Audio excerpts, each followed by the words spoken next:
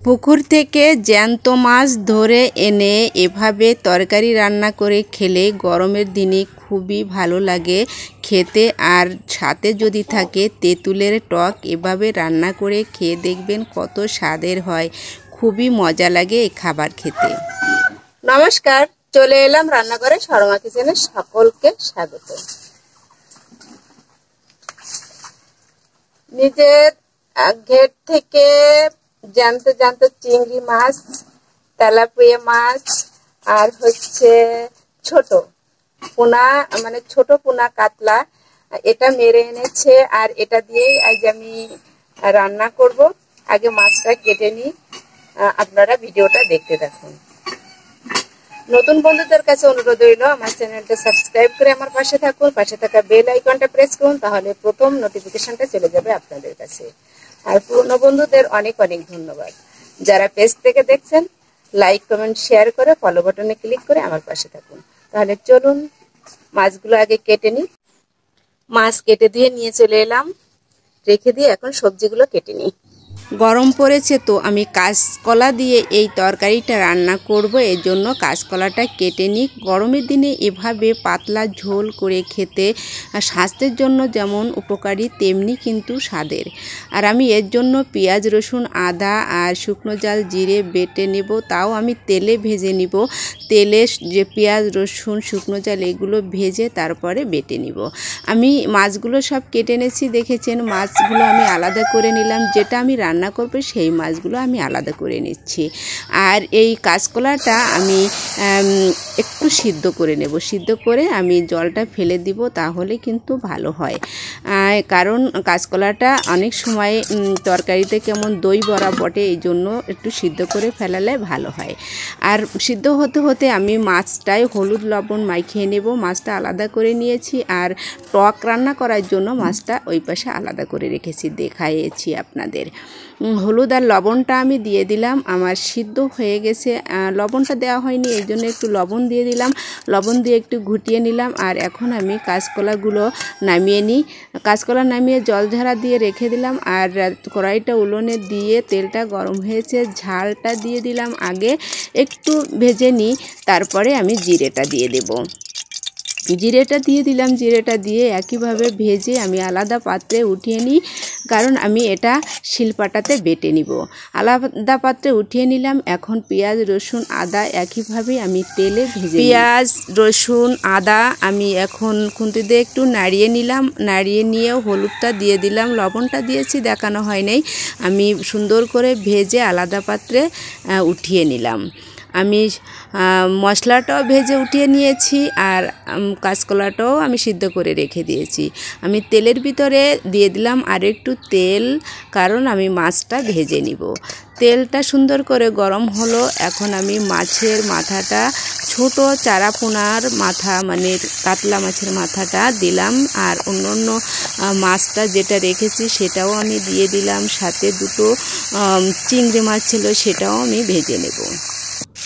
সবগুলো আমি ভেজে নিলাম। আর ভাজা হয়ে গেল, আমি আলাদা পাত্রে উঠিয়ে নিলাম। আলাদা পাত্রে এক এক করে উঠিয়ে নিয়ে আমি এই যে তেলটা থাকবে, এই তেলের ভিতরে আমি আরেকটু তেল দিয়ে দিলাম। খুব বেশি তেলে আমি রান্না করি না, আপনারা জানেন। আমি জিরে ফোড়নটা দিয়ে দিলাম, আর সাথে দিলাম তেজপাতা ফোড়ন। একটু নাড়িয়ে নিলাম। এখন আমি সিদ্ধ করে রাখা কাঁচকলাটা দিয়ে দিলাম। কাঁচকলাটা খুন্তি দিয়ে একটু সুন্দর করে নাড়িয়ে নিলাম। আর এখন আমি জল দিয়ে দেব পরিমাণ মতন। হলুদ লবণ এখন দিলাম না, কারণ আগে আমার দেওয়া আছে। পরিমাণ মতন জলটা দিয়ে আমি এখন পরিমাণ মতন হলুদ আর লবণটা দিয়ে দিলাম।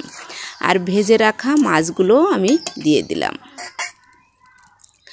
ভেজে রাখা মাছগুলো দিয়ে দিলাম। আর এই যে গামলায় একটু হলুদ তেল মাখানো আছে, সেটা ধুয়ে আমি এই তরকারির ভিতরে দিয়ে দিলাম। আর এখন আমি ঢাকা দিয়ে দিব। ঢাকা দিয়ে দিলাম 10 মিনিটের জন্য।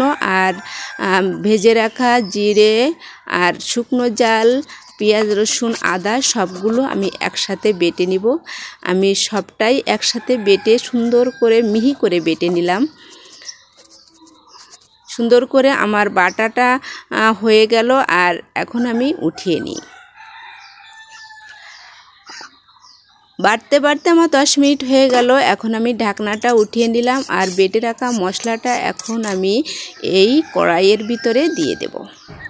দিয়ে দিলাম, দিয়ে খুন্তি দিয়ে একটু নাড়িয়ে নিলাম। নাড়িয়ে মশলাটা গলিয়ে দিলাম আর 2 মিনিট জাল করে নিলাম। আমার রান্নাটা কিন্তু কমপ্লিট হয়ে গেল। এভাবে পাতলা ঝোল হেলদিভাবে রান্না করে খেয়ে দেখবেন, গরমের দিনে কিন্তু খুবই সুস্বাদু মনে হয় খেতে, আর বারবার খেতে ইচ্ছা করে। আমি তরকারিটা নামিয়ে নিলাম। আর কড়াইটা ধুয়ে আমি আবারও উনুনের উপরে দিয়ে দেব, কারণ আমি তেঁতুলের টক রান্না করব। কড়াইটা ধুয়ে দিয়ে দিলাম আর দিয়ে দিলাম তেল। তেলটা গরম করে নিই। তেলটা আমার গরম হয়ে গেল। আমি আলাদা যে ছোট কয়েকটা মাছ রেখেছিলাম সেটা দিয়ে দিলাম। দিয়ে সুন্দর করে ভেজে নিই। ভাজা হয়ে গেল। আর মাঝখানে জায়গা করে আমি সরিষা ফোড়নটা দিয়ে দিলাম। সরিষাটা এখন ফুটছে। আর এদিকে তেঁতুলটা রেখেছিলাম, সেটা একটু জল দিয়ে সুন্দর করে একটু তেঁতুলের কাঠ তৈরি করলাম। আর সরিষাটা ফুটে গিয়েছে। আমি 2টো কাঁচা ঝাল দিয়ে দিলাম, 2টো না 3টে দিয়েছি, দিয়ে একটু ভেজে নিলাম। ভাজা হয়ে গেল। এখন আমি তেঁতুলের কাঠটা দিয়ে দিলাম আর একটু সামান্য জল দিলাম। দিয়ে এখন আমি সামান্য হলুদ আর পরিমাণ মতন লবণটা দিয়ে কয়েক মিনিট জাল করব। খুব বেশি জাল করা লাগবে না, অল্প জাল রাখতে হবে। খুব জোরে জাল রাখলে পুড়ে যাবে। মিডিয়াম জাল রেখে আমি তেঁতুলের এই রসটা কমিয়ে নিলাম।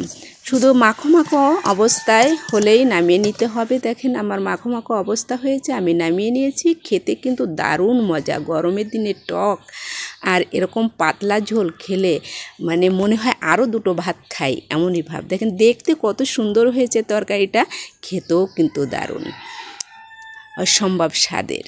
আমি এখনই খেয়ে নেব, নিয়ে যাই ঘরে।